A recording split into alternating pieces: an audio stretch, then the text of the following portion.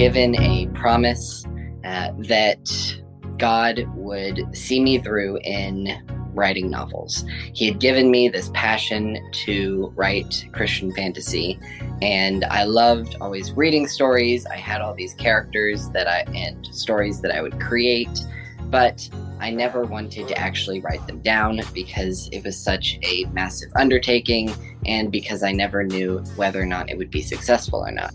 It had been like 4 years, and I was very exhausted with the story. I was ready to be done. I loved the story, I loved the characters, but I'd been working on it for so long and had other ideas and other stories that I wanted to write. I was ready to move on. They said that it was a good story, but it would never be published because it was too short.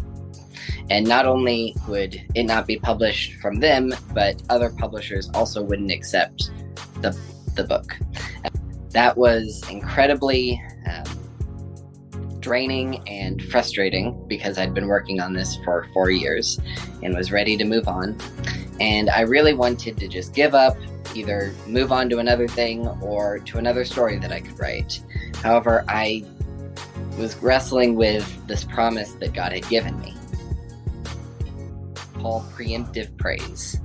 I knew that God would provide, and so I chose to be thankful. I chose to praise him, even though I hadn't yet seen what he would do. I was in preemptive praise.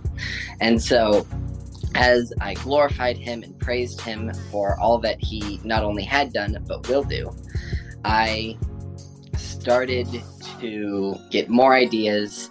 I started to actually get excited about the novel again.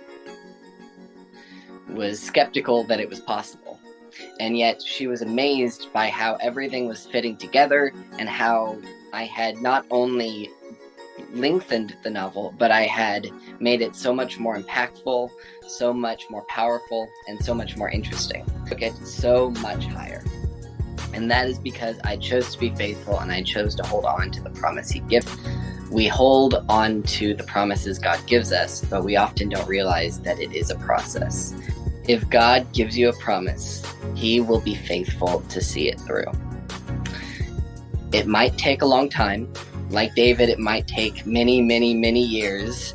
But if you choose to seek after God, if you choose to rely on him and choose to continue to be in that preemptive praise attitude where you're glorifying him and thanking him for who he is, he will provide.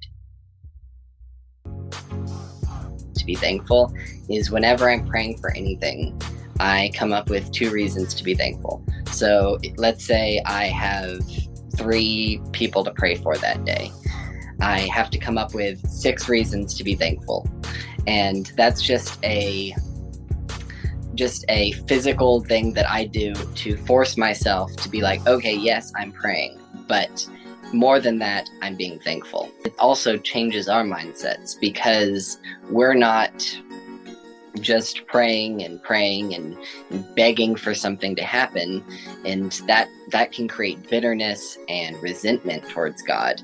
Instead, we are choosing to find reasons to rejoice. Well, it's just one of those altars of testimony where it inspires me to believe and to have more faith, have more emunah, as I move forward in my life, as I come against other obstacles and even more insurmountable tasks. I know that God will provide with those because I know that he provided with this. And when God gives you a promise, you are faithful to pursue it. You are faithful to go through the process of working on that book, of choosing to pursue that business, of choosing to pour into that person's life that you don't think could ever become a Christian. You're choosing to pray for this person or pray for this, choosing to pray continually. And then as you're praying, you choose to rejoice. You choose to be in that preemptive praise mindset where you rejoice continually. You rejoice always throughout your life because you know that God will do the things he said he would. January of 2022, the novel was released, and it ranked #1 in Christian fantasy new releases. Not only was I a new novelist who had no idea what I was doing, but God provided in so many ways and elevated the book to make it that successful.